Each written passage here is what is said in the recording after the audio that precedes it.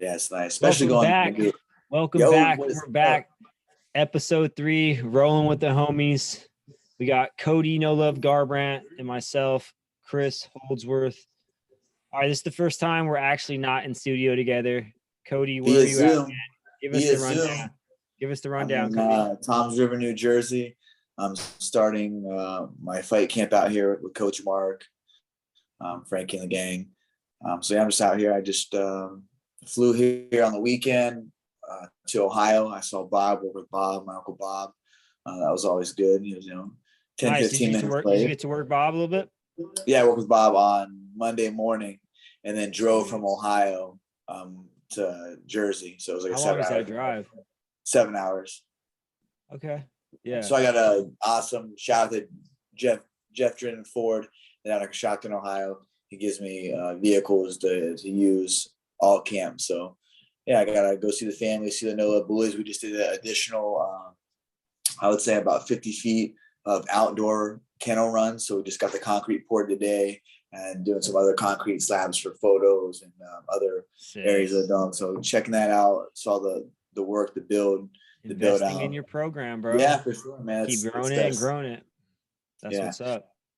Good, man. Good to see the family for a little bit. Saw them for like half the day. It's always good to see my mom and recharge and see my siblings and nieces and nephew. I got a slew of them. So it's nice not to see the dogs. But yeah, nice little drive up here, 7 hour. I listened to probably three Joe Rogan podcasts that were very informative, dude. Like I really like the ones. Which ones did you listen to? I think Andrew Huberman.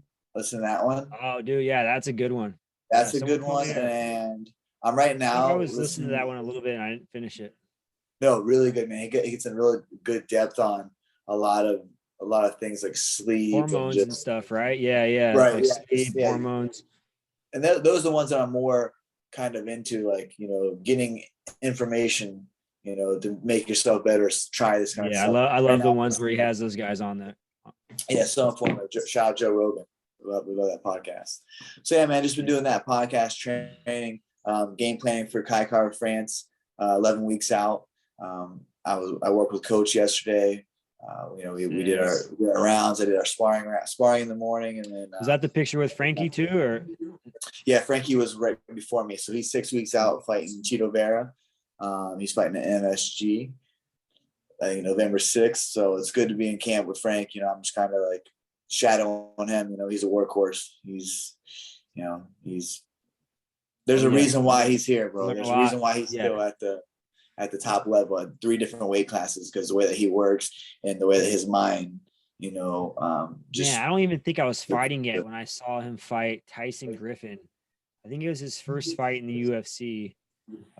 Him and Tyson fought. Epic fight. But ever since, I've been a Frankie Edgar fan and been following his career. He's a true OG, true vet in the game. And I just respect the fact, not only is he one of the best, but he's still in the fight game years later, and not too many guys get to have such a long career. So it's always cool to see guys, continuing to fight guys at the top of the level, top of the food chain, and keep winning and stuff. So shout out. It's nice. Yep, shout out. I love working with Frank. We're always, drilling together, working on, picking his brain on, things that he does, right? Or, just ask him questions. He's the OG, and he's in 3 divisions. Like I said, he's been putting on performances and, fights of the year candidates, and just, he's a Hall of Famer. So you plan on staying out there for 9 days and come back and kind of do like a back and forth type of thing, get a little mix? Yeah, that's what I'm doing right now. I'm 2 weeks out here, and then I'm 9 days back home, and then I'm back again for 2 weeks, and then come right back for Halloween. So I have my son this time. The next who's doing your food out there? Right now I have Dr. Mateo. He just has a meal plan, that we've been based off of carbs. But I'm Eat Clean Bro.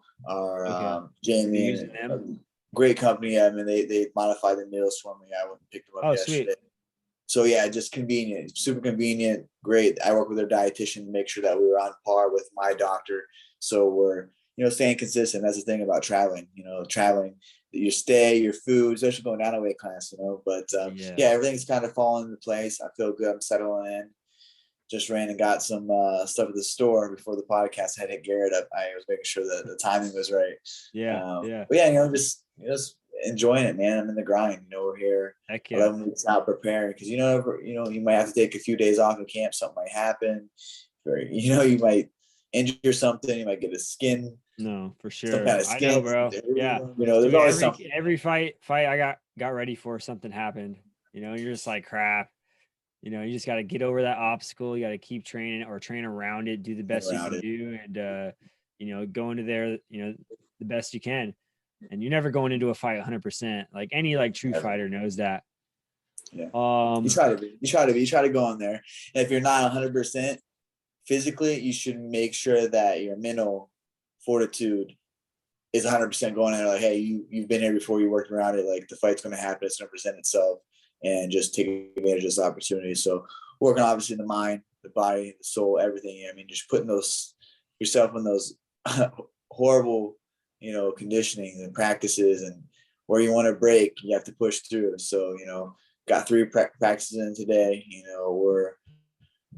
We're getting that mental fortitude, to push and ready to put on the pace and go in there and put a statement at this division that, this is a pawn that was brought in. Bro. Moving down weight class. Time to make a statement. I got to make a statement, man. And I'm going to, this is a huge fight for me, a huge opportunity for my career. And, I'm as scared of this as any fight because I've never made 125, never fought here. There's a lot of unanswered questions, just like going into the Dominic Cruz fight. Yeah, I could go in there and knock him out, but could I go 5 rounds? Could I do this? There's so many unanswered questions that it scares me and motivates me in a sense of doing the extra. Not that I haven't or don't in the past, but it's more. You have to add more onto it and figure it out. So I think that this would be a great weight for me. Energy levels feel good. I've been on the diet for about 2 months now, so I'm already shaved off, 5 to 7 pounds, give or take, on the diet. And feeling good, man. Right on track. Yeah, killing it, man. Cool. How's things back in California? I definitely miss it. Obviously, Yeah, I love California. Good, man. I came back a little road trip. Went out to LA for a day. Did a little seminar at my guy's house. I've known for a long time, or not at his house, but at his place. I've known him for a while, So he hooked me up. Got to teach some of my stuff, and then drove back the same day. Or no, I drove the day before. Then I drove back the next day. Oh, cool. Yeah, a little quick in, quick out, kind of like Vegas trip. Yep. That's how you do those. All right, so let's talk about story time, man. I think story time, we need to talk about our boy Jean-Claude Van Damme. I think this is a funny story, or it's a cool story in general for both of us. We probably have a different story. I'll let you tell your version, and I just want to kind of tell mine. I watched Jean-Claude Van Damme growing up, like me and my dad, like Double Impact and a blood sport kickboxer. I was a huge fan. You know what I mean? I knew nothing about what a true, if he was good or he can kick ass. He looked like he can kick ass, right? Bro, in the movies, he looked like a badass, right? Yeah, Hollywood. I was a huge fan. So, of course, when we got to meet him, I was kind of starstruck. I was like, man, this guy was like my childhood, movie star kind of, hero. Here he is. And we actually got to he showed us some moves. You're trying to kick your head off. Try to kick my head off. So I knew right away. Jean-Claude's going to try to show some stuff. He's going to try to show out. He's going to probably try to hit me with one of these kicks. So I knew he warmed up for 30 minutes. He got on the bike. 37 minutes. 37 minutes. This dude was on the bike warming up his legs. He's like, I got to warm up. I was like, cool. He did his splits. He did everything. Yeah. And we got in the cage, and I was like, I don't know if I asked him to show me his kicks or I think we just let him do his thing. And I knew right away. He started to throw his little toe stab at me, and I was like, all right, here it comes. And he faked the toe stab, and he tried to go a hook kick, and I knew, and I just did a pullback, and I missed it. I was like, oh, here he goes. If I wouldn't have did that pullback, I would have got hit with his heel. And he was pretty pissed. He was pretty pissed. I can tell that he didn't hit me with that. So after that, I was like, all right, Jean-Claude. And I got it on video. I put it on like one of my TikTok videos. It's funny. But tell your story, Cody. Oh man, that was kind of basically it. But you left a big old, chunky part of it. This guy comes in like Dude, 2 hours late. Did he try to go even harder on you or what? 2 hours late. He was just weak of booze. He was out all night, I guess, man. He was just sweating up a storm. Remember, he kept like trying to stretch us and do all this crazy stuff. I'm like, all right, Jean-Claude, we were out, with hanging out with him the night before. And I've, known Jean-Claude since, introduction with Rob. This Rob brought him up here and we FaceTimed a few times. So it's, it is what it is. I just fought TJ. I just lost my title in New York maybe 3 or 4 days before that. So I was just like, not really kind of wanting to be in the gym, but Jean-Claude wanted to come show everyone was excited. I didn't grow up in a martial arts background, so I really wasn't into like blood sport. I watched it, but it wasn't like, it's my favorite, karate shit. But he was cool. He needed to change his shirt like 5 or 6 times because he said that we kept bringing him shirts because he kept sweating through it. Yeah. Said, this one makes me look fat. And that like Nick was basically, I had to go check on him. Like, hey, like, are you coming out to work out? We're waiting on you, guys. Waiting on you. We came late. So yeah, long story short, that stuff started happening. So he was demonstrating on you, and I was just watching. I was like, man, I'm not really trying to. My hand was still broken from the fight. I had to go get X-rays and stuff later. So he like started showing on you, and then he was like starting to mess with me. We were kind of just like slapping around a little bit, like I did like a little fucking spin kick to him, like super slow. Like I kind of looked at him, but he got this like look in his eyes. I know that his Jean-Claude Van Damme fan group and shit are still gonna attack me on Instagram because I had so many like Jean-Claude will kill you like this. Like, no way. Messages all the time, dying laughing. I'm like, bro, this guy is in it. Like, why would I want to fight John? You know what I mean? Like he's an older guy. No, yeah. Not at all. Like it wasn't even like that. But he knows, and I've known. He's done it to Mike Tyson. He's done it to GSP. He's done it to a lot of people where he's hit them. He hit Mike Tyson in Thailand, and they had to do a fight scene in one of the kickboxers, like Kickboxers 4, to where they had to have him like 15 feet away because Mike was like, "Don't put him in front of me." Mike warned him, like, "Don't hit me," and he still hit Mike, and Mike was like ready to kill him in Thailand. This is from what Rob said, when he's over there directing it. So I'm like, I already know his gimmick, you know what I mean? But I didn't think that this dude was gonna, pull some shit like that. But when I did that spin kick, bro, and I came back down, I saw his like eyes kind of light up. He's like, "Ooh, like, ooh." I was like, "Oh, okay." Like, and the next thing you know, he did that heel kick, a flashy little heel kick. And he is very flexible. He got quick kicks, and it just hit his chin, his heel hit me right in the chin. I was like, "John, come the fuck on." Oh, and yeah, you got. Remember, he just dropped to the ground. He was like, "Oh, my champion!" And like made this huge scene that looked like I hit him. So everyone that was around the cage was like, "What the hell happened? Did you hit John?" I'm like, "No." I'm like, "Man, let's just get out of here." And I told Rob, just leave. And I was like, "Man, just over this." And Jean-Claude, ended up teaching the class, just basically stretching them the whole time, making them stretch and shit, which is cool. Everyone's a big fan, like I said, big fan of his Hollywood movie stuff, and they were excited to see him at the gym. And then, we ended up, later, and Rob was like, "Oh man, I can't believe we did that. Like, it's bullshit." Like, I was like, "It is what it is. Like, what am I going to do to this guy? Like, he's, obviously." Was it that night? Was it that night we all got together and hung out? Yeah, we was like smoking joints and shit. He was just hanging out. So funny story. Like, if you get a chance to smoke a J with Jean-Claude Van Damme, your martial arts hero, you're gonna smoke a J with him. I did. So I remember when Jean-Claude lit it, like for just the audio listeners, he lit the J and he was literally like making circles around his face. Like he was praying like it was sage, like, like praying off the bad omens. And it was the best ever. Cause then he started hitting it and like, he started to like blow circles and like, he was like trying to like show his skills and stuff. I was like, okay, Jean-Claude. Literally 20 minutes later, we're all on the couch. He's done. Like he's literally passing out on the couch. Like his eyes are all closed. He tried to pull his cap down, cap down a little bit to like cover his eyes. And I just kept looking at him. I was like, "Oh, he's stoned." Actually, it's funny that you bring this story up because I was just flying to Ohio from California. I was going through my pictures and that popped up, and it was him. And he had like Danny's dog, little Casey boy, like in his jacket. He just he had the sweatshirt on, like I gave him, and he just looked so ripped out of his mind. But yeah, that was basically the story, and I haven't really seen him since. I saw him at Tyson Ranch a few years later after that. But it's funny, like he didn't let anybody record but his own recording, and then they released that. I was like, man, it's just like it is what it is. He doesn't mean any harm, No, not at all. I kind of feel bad for the guy, but it was great. He was a great Hollywood actor. A lot of people look up to him in that, a lot of Slava was tickled to death that Slava, being the kickboxer that he was, to come and I bet you Slava knows all about him. Yeah. Oh, for sure. Yeah. And then Corrigan was all excited. Yeah. I'm telling you, man. Like I grew up watching all his movies. Yeah, same. All right. Well, shout out to Jean-Claude Van Damme. Jean-Claude, we love you, buddy. We love you. We love you. Hopefully, come back. Show us some stretches. Show us some shit.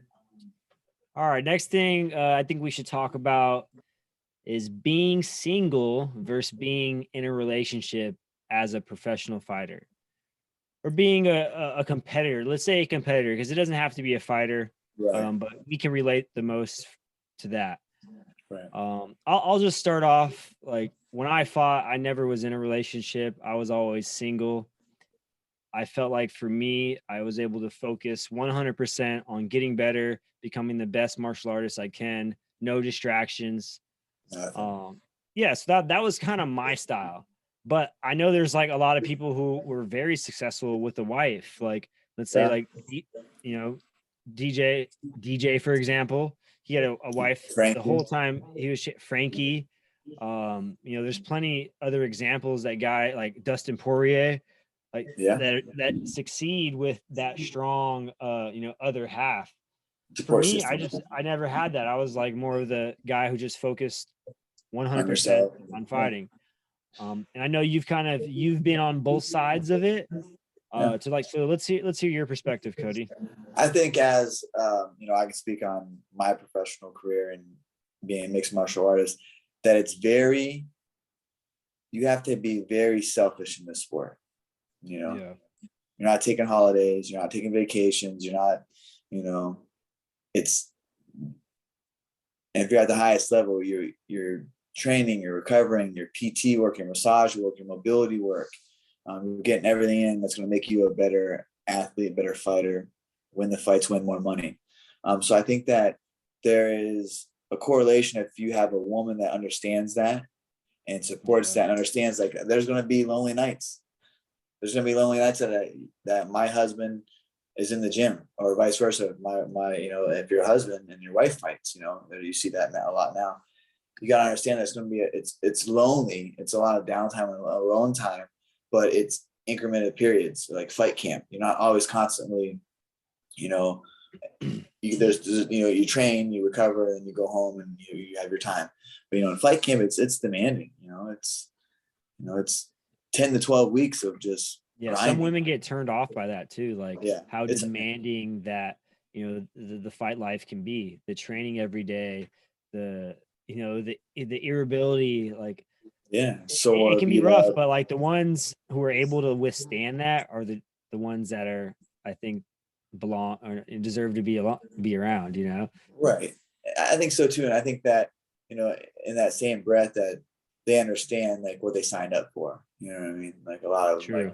I've been through it. Like Frankie and his wife been together since college, so the wrestling days, that's a grind. You're gone on the weekend. And so you understand the same with probably Dustin's wife. They've been together forever, through ups and downs, and making it, and probably struggling from Louisiana to make the regional pro WC UFC. So they've been. It's kind of like it's niched in there. They've been together forever. You know what I mean? Yeah, so I think that it's crazy you say that though. Now that I can see the girls who've been with guys before they made it famous are probably like the real strong backbone. Yeah. What about the guys? Maybe they get in a little late. The guy. That's a tough topic that we speak on. We sit there and say that they formed this bond and love and hardship early on in their life, early on in adulthood. That made them be able to walk over water together. Yeah. Because they've always had each other. I think that when you become someone, quote unquote, become a UFC fighter, become, you know, famous, if you want to call it. It's tough. It's tough to understand, like, is this woman really for me? You have to you have to have your guard up more. You know what I mean? Is this the right woman that's going to help me in my career, outside of my career? Understand that this window closes in MMA, that I have to do everything that I have to do now in order to set up my life, career, family, outside of my fighting career. Because like I said, this is a small portion of your life. You're looking at, you know, the bigger picture. You know, you fight maybe 15, 20 years. You know what I mean? That's probably like if you're lucky, right? If you're lucky, right? Exactly. Yeah. If you're a blessed one, you know, if you're a blessed one, you do everything right. And if you don't, it's just so wish-washy. You don't know. Your injury could be injured and be done, you know? So that's a tough way to see. I think a lot of people see the fame and the fans and the girls. Some of the girls have different, you know, alternative motives with that, you know, like, oh, I want to be with him because he's somebody, you know? So it's definitely a tough topic, or tough, you know, I would say it's more tough to find a genuine woman when you already have some kind of clout or fame, or you've done something successful.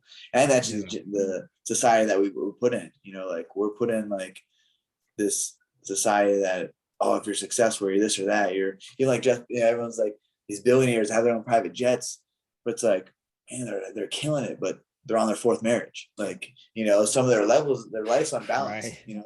Yeah. I think a balanced life is a great life, but it's hard to balance. You got to make sure she's with you and wants to be with you for the right reasons, because sometimes women, you know, they want to be in you for the wrong reasons. You know, that could be money, that can be clout or popularity. So I know, like, Cody, with all the followers, the 2.4, whatever you have, like, how do you fend off those clout chasers? Like, I know you got people that it's hard, man, because, you know, I'm nowhere near your level, but I can see how someone at your stage people are just always trying to get your attention. Yeah, man, I think that just knowing that what I'm set out to do, you know, obviously I'm human. I make faults and I make mistakes, and, you know, I fall, you know, into some of those temptations here and there. But then I'm like, is it a want? Is it a need? You know what I mean? Am I making that correction decision of, is it want or is that need? Do I need this in my life, or do I want this in my life? You know, and I think that having that thought process, you know, is a good decision to do this or do that. And anything in your life, women, you know, food, you know, exercise, you know, we're all like, we praise these athletes that do amazing things, but they're addicts as well. Like, I'm an addict. I'm addicted to this. I'm obsessed with it, you know, but it's a positive addiction. It's not a drug abusion. It's not something like that. But we put in the society, like, these guys are great, but they're obsessed. They're an addict, you know, but a crack addict or a coke addict or, you know, a meth addict, they're still an addict. You know, they have to feed into that. Like, I have to train every day, you know, same thing. So it's tough. It's tough, definitely, to, for sure, you know, figure that out. But I guess that's, stay focused. Yeah, stay focused. Keep plugging away on the positive stuff, the gym, training. Getting deep in this episode. Wow. Oh shit. All right, so let's do some Q&A. Let's switch it up. Let's switch it up a little bit. Q&A from the fans. So we put out a little post a couple weeks ago, and man, all the responses we got, it was way too many. I got a lot of good ones, and it was hard to kind of keep up with all of them. But I took some screenshots and we wrote some down, and we're gonna try to give you guys some love. All right, so first one. This one's it's for Cody, because this is gonna be you. What was going through your head during the Cruz fight? This is from Alexander Renteria _. Sorry if I butcher your guys' names. What was going through my head? Wow, there was a lot of emotions we spoke on early on in this episode. There's a lot of unanswered questions that I had to genuinely answer for myself as well, because I never had the answer to the belt of the fourth round, had the answer to the belt of the fifth round. You know, and just a lot of things. There's a lot of unanswered questions, but I was, my emotions were as if it was flow state. I felt like I don't know, everything I could do, just the way that I moved and the things that I saw, the speed, everything just kind of felt slow in there, you know, as it should have been probably tenfold as fast as it could have been, you know, world title fight. But the whole week I was always just reminding myself to enjoy it, because you only fight one time for a world title. You know, this is my first world title fight. So I kept saying, hey man, let's enjoy this. Enjoy all this media that you have to do, the tension that you have to do, crews trying to get in my head, the reporters asking the questions, you know, doubts arising inside of me, you know, internally, that I had to like put those flames out and stay calm and focus on what was going on in there. And leading up to the fight, I just remember even my uncle, Uncle Sting, man, he was, you know, we're getting ready to walk out to the cage and he started tearing up, crying. He said, man, we're going to do this. We're going to win this title. I said, hey man, I said, I got 25 minutes to fucking get after it in there. I said, we're going to get this. Like, you know, let's stay focused right now. He said, I know. He just knew it, you know, he could just feel it, you know, and walking out with Maddox hand in hand and the battle that he went through. And I just was not leaving that octagon without my hand raised, but being inside there, it was one of those feelings that I think that if every person in this world could kind of feel that once in their life, then they would understand that they're on the right path. They're doing something that they were set out to do in this life. You know, a lot of people look for this, things in their life as far as like their identity. You know, my identity was just positive milestones in their life. Positive milestones. I worked so hard for it. Came over so many obstacles, you know, where a lot of people would turn back and give up and go get a regular job. You know, this is shit that I was thinking about. Man, we were doing this, what, in 2000, my first fight was 2009. So training, you know, kind of throughout, you know, high school and junior high boxing, and then it became, you know, very popular. So just like the whole journey, I was just looking back on just to see how far I came. You know, it was just, it was humbling, man. And humility was it. And I think that's everything you do in your life. You're so humbled, you know, especially in the sport. You're in a sport that, you know, one punch can take you out. But yeah, definitely I was just happy to be there, but not happy just being there, if that makes sense. For sure. All right, next question. Wildest UFC fighter that we have both partied with. And this is from Chris Rowe 7. Chris actually had a lot of good questions. Chris Rowe, that sounds familiar if I see him pop up. So I'm gonna say, man, I've partied with quite a few UFC fighters, and I know I'm gonna say one now, and I'm gonna think of somebody else, and like, damn, I partied harder with them. But I think me and Joe Daddy Stevenson go back. Yeah, we've partied pretty hard. Yeah, we got some good times. What about you, Cody? He's not a UFC fighter per se. He's a good friend. I would definitely say Lance, the party palmer. No, man, it's gotta be a UFC fight, because I would have used Lance too. Come on. Oh man, Lance is he's the party. Yeah, dude. I would have used Lance too. Man, he's the man. That's all I can really think about. Gotta be at least a former UFC fighter. Man, I'm trying to think. This is crazy. If not, we can come back to it. Man, I'm trying to think. Yeah, I've had a couple. Probably Nick Diaz, I would say. Yeah, we got like a little fight in XS a few years ago, and yeah, he kind of got me on this skate route. You know, through everything was going down. We came out, and man, he said that was dope. You know what I mean? It was yeah. All the kids how it happened. It was pretty crazy. I mean, we were in the right, but yeah, he took me on a little skate route and got out of the way and didn't get any shit. So yeah, I'll say Nick. Yeah, that's a good one. All right, next one. Advice for a young fighter starting his pro career. And this is from Izua. How do you pronounce it? Izumatuma. I don't know. Some of these usernames are kind of out there. But advice for a young fighter starting his pro career. You need to find a good coach, a good gym, reputable people to surround yourself with around.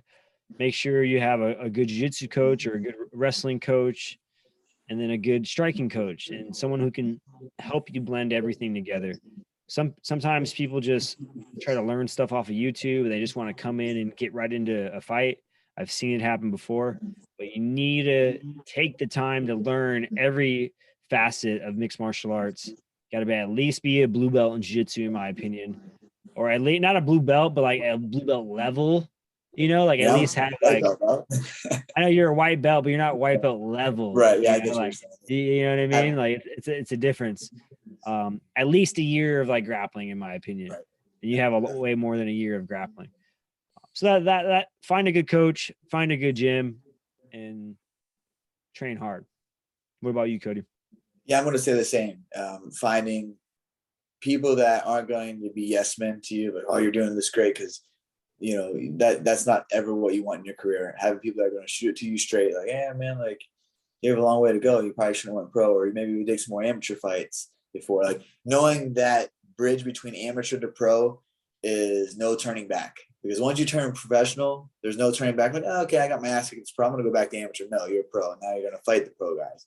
I would say definitely, you know, great coaches, great gym, you know, understanding like the body, not sparring too hard. I think that's another thing. Like a gym that's wants to go in there and just be heavy sparring. Like there's drills and other shit that you can do besides just sparring every day. You know, that's kind of like, that's like the old school shit. So safe. People are learning now. Yeah, it's definitely learning. It's the levels. There's levels to it. And really for me, it's just having a good support system, you know, have all your ducks in a row, because it's going to take you a significant amount of time to break into the UFC, to finally make money. You're going to be broken poor, you know, first, you know, 5 years of a business, you know, is all you're going to have to grind hard. So if you're able to sleep in your car, you know, not eat, you know, make a lot of sacrifices to, you know, go to training, broke, beaten, and beaten some more until you make it. Like it's going to be a long journey, but a journey that rests on your shoulders of how far you can go, like where the ceiling is with it. True that. All right, next one.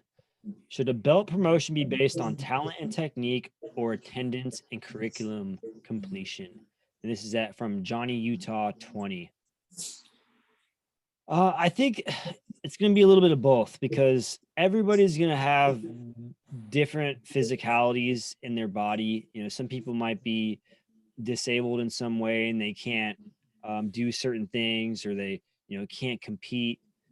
It's going to be a mixture of how much they're showing up. Attendance definitely is key for me. Talent, not so much, because you can have talent or not talent. That just means you're probably going to pick things up faster if you have talent. So you might excel faster and get promoted faster. Yeah, I can see that. And of course, technique is going to help. Now, not every coach or instructor has a curriculum, but I think curriculums are cool in a way, because it gives the students something to, you know, learn and look forward to and kind of complete and always fall back on. And they can always look at it and stuff like that. So I think it's a good mix of the technique. I like to have students show me or teach me a technique. And if they can explain a technique, I think that's really important. Attendance, of course, is key. You can't have a guy who just shows up, doesn't show up for a couple months, and shows up again and expects to be promoted. Consistency is key in anything in life if you want to get good at it and progress. And curriculum is just, I think, an extra, you know, cherry on top. The curriculum is just going to help you probably excel faster.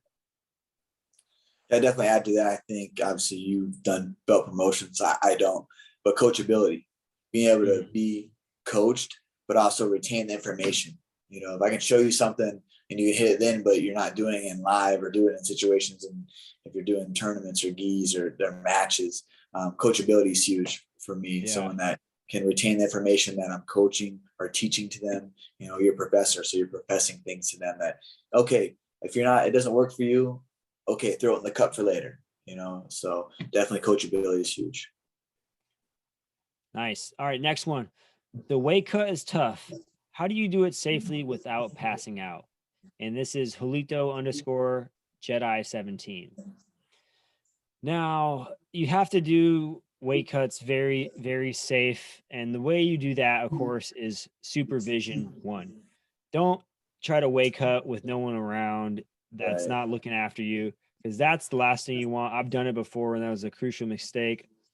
It was like one of my worst weight cuts too, and no one was around to help me. Yeah. But Yeah, so definitely have the supervision around, because if you pass out, you're screwed. You can't call for help. But making sure you're actually there's a thing called water loading and doing it correctly. Some people just do it the old school way of like they just don't drink any water for days upon end. And so your body pretty much goes into shock.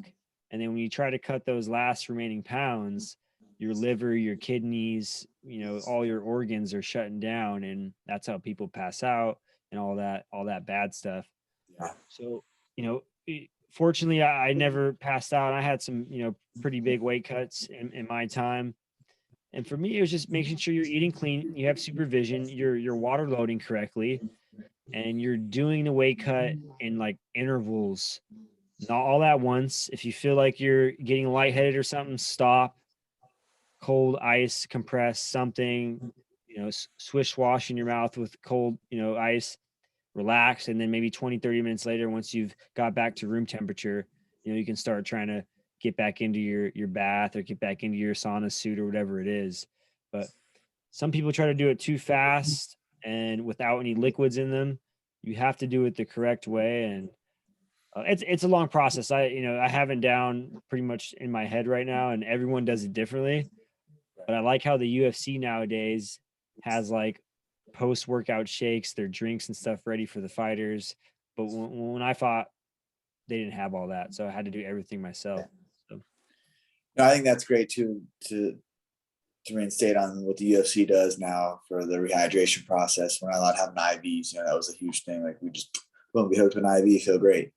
And in the same breath, I'm going to say, like, how do we know that I need this much of this supplement to help me? Everyone's body is different, or the same food. I need this macros, I need these carbohydrates.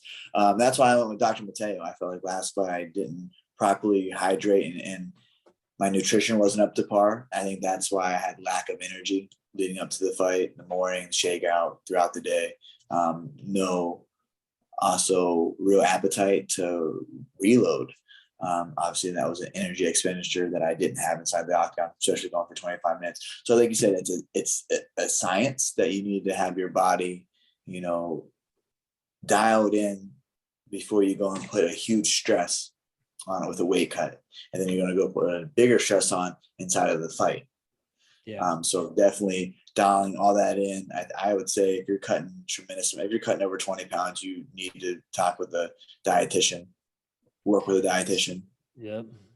Not only that, but I think the better you are in shape, the easier the cut is as well. Yeah. I think what really messes people up is when they come in either short notice and they try to cut a bunch of weight and they're not ready. They're not ready for a fight. Maybe they've been sparring or whatever, but they're not like, when you have 8 weeks to get ready for something, it's like you're peak in the diet, everything, training, you're on cue, right? But you get a week or 2 weeks and then you try to force a 15-pound weight cut. That's probably when guys are passing out or having issues, or probably it's more common. Central nervous system, all that body's stress not ready for it. Put on for 8 to 10 weeks, the training camp, you're putting your body through that stress to put it in on 2-week notice to go in.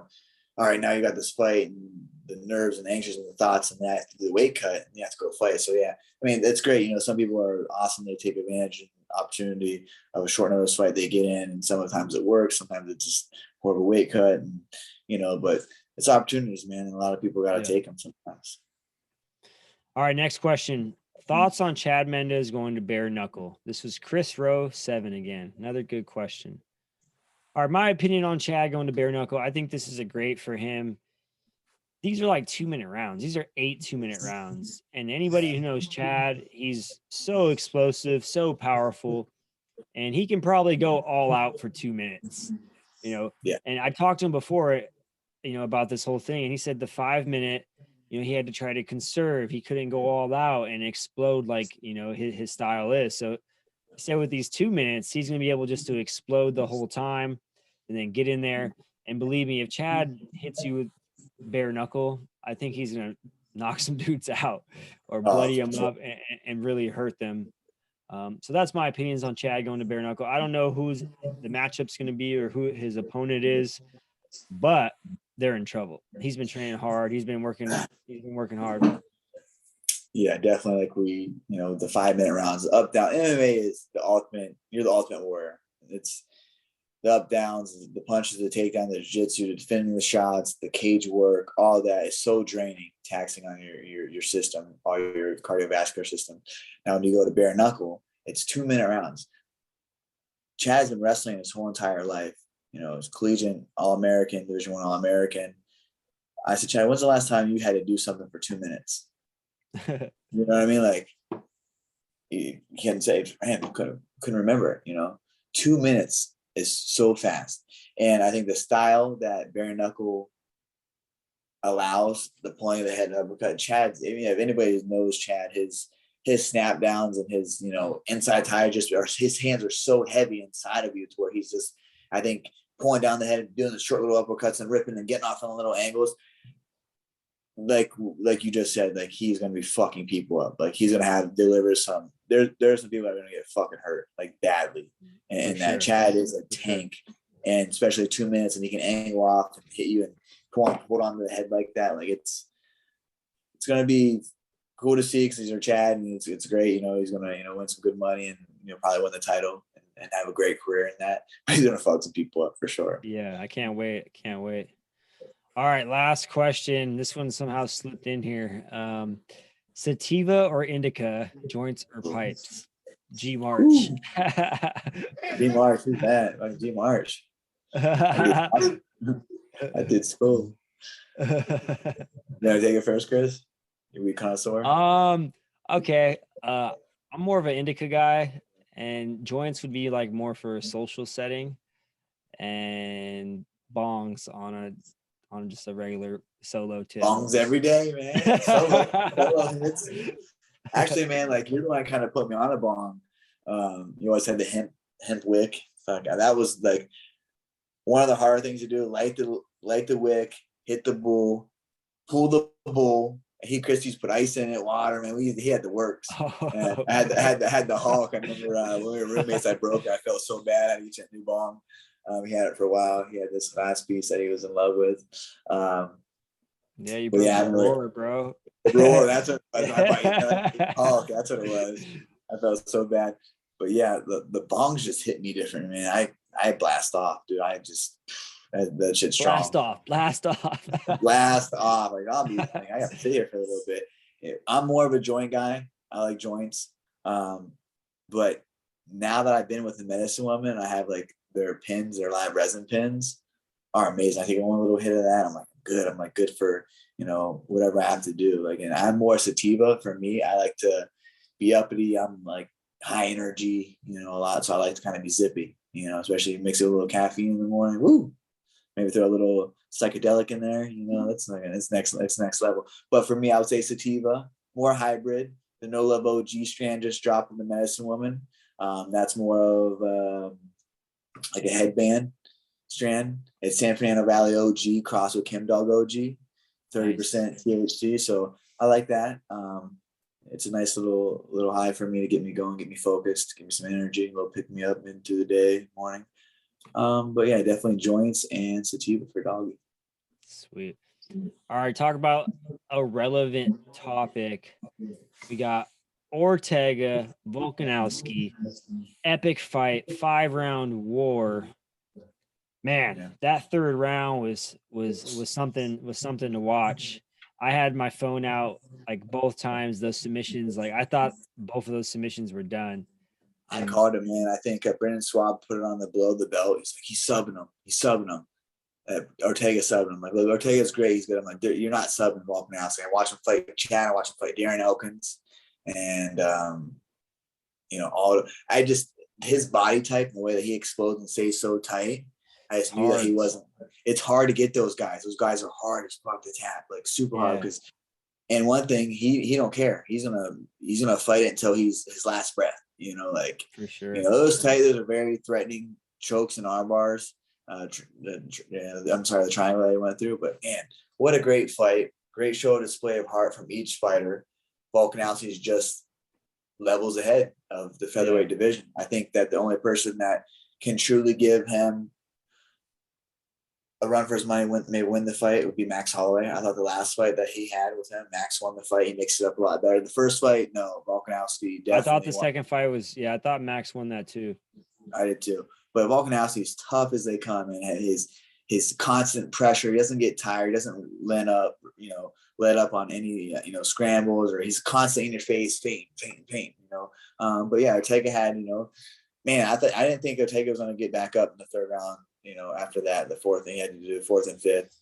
But that's super crazy, because some people were telling me that if you're not able to get up on your own, then is that part of the rules? Like, I'm not for sure. I remember when TJ, Dwayne came across after I dropped him in the first, and he was stumbling back. Dwayne came and picked him up, then walked him to the stand, the stool. What I mean? It's just like, because he was walking like he was in potholes. So I don't know, man. I don't know that for me, it's like you can't answer the bell. Like, you got your cornerman put you up there. And then you got the minute. I know he's your boy. No, and I'm glad the fight went on. I'm glad the fight went on, right? I'm just trying to. You got a lot of time to recover. And the doctor came in, and he was like, "Oh, like right up 3-4, like you're getting your win back." And I'm sure Volkanovski wasn't too, concerned with like getting more time. Let him kind of recover as well. He definitely, but I honestly thought the fight was going to be stopped after the third round. I thought he waved it. Herb waved it. I thought he waved it like this. I knew it was like right at the time, but I was like, oh, him laying there. I thought the doctor was going to come in and just stop it, because if you're not able to like pop up and you look like you're knocked out, but I'm glad, you showed true heart, definitely. Like warrior spirit, getting up and following through and finishing out the fight and giving rounds, what they want to see. So it was awesome. Shout out to what about our boy Diaz, man? Man, I just don't know the whole tactical approach with bumping up the weight class during fight week. Supposed to get 170 maybe. Diaz's aren't the ones that make excuses at all. Maybe he sustained an injury or couldn't train like he wanted to, because if you see his pre-body. I thought that, bro. I thought that pre-body, yeah. Or maybe he's like was all motivated to come back. The fight got released, and he had like maybe 5 weeks of training camp. Then the last he lost motivated. But man, maybe I really want to do this. I thought the same thing. Yeah, who knows, right? Who knows what's going through a fighter's head? Especially having 6 years layoff. Do you think he looked in the shape he needed to look like fight night, or he looked different, right? Did you see that picture of him like when he was all ripped a couple weeks ago, or like a month? I thought that was a good while ago when he had that picture, and they said that he's training, he's getting ready for a fight. Yeah. All right, maybe go 170. And then it was like, okay. And then he switched to 85. He looked big, but like didn't look like, he didn't take his shirt off to the weigh-ins. But I mean, his output was crazy. He had crazy output. You're throwing that time, you're going to get tired. You know what I mean? And they're amazing athletes. They're always coming in shape. But who knows? I like Nick so much, man. The whole crowd. Me too, bro. He's always been super cool. Like Robbie as well. I've always been a fan. Yeah, I just don't know. Maybe something happened, because he's never not showed up. I think maybe I'm thinking that he was motivated and got in the camp. Was like, man, I really don't want to do this anymore. But I'm glad that he came out there and fought, and I always turn it into a Nick Diaz fight. Got hit with hard shit. His nose was all busted up. He's like, well, I ain't trying to bleed all over here and get, for what, Yeah, cool. That's how I heard that too. He was like, I'm not trying to bleed all over this. And dude, his nose was jacked. It's like he's got 2 more rounds after that. It was a 5-round fight. But I will say that I think one of the kicks definitely got in. It was a body kick. And those, a lot of people don't understand, those body shots don't look like they really do a lot of damage, but they stick with you throughout the fight. It's tender. It gets hit there again. It's, it takes shots. It's hard to recover from those shots. Who knows, but I would hope that he would want to fight again. I mean, I'm always going to tune into a Diaz fight. Yeah, for sure. All right. Well, hey, another good episode, man. It's good to catch up. I'm happy that you're in Jersey. Oh, wait. Let's talk about the John Jones before we wrap it up. John Jones. This guy can't catch a break, man. I guess he came to the Hall of Fame for a day and ended up getting arrested and got charged for domestic got charged with domestic, hit his head on the hood of the police car. I know that's a felony, and all types of crazy stuff. came out saying he's battling demons and he's going to stop drinking and stuff. And I think that's the first line of spent the night in jail. I think the first line, when you have all these, incidents that happen, I think obviously they're all correlation with alcohol. He does have a addictive personality, and alcohol doesn't sit well with him. He's battling demons. If you take anything and you have a lot on your conscious or your mind and things go on in your life, and you do a depressant, it's only going to bring them out more,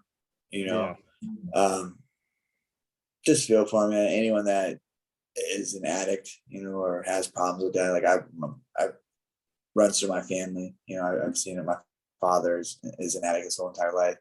It's a disease, dude. It's a disease, and you have to want it for yourself to get better.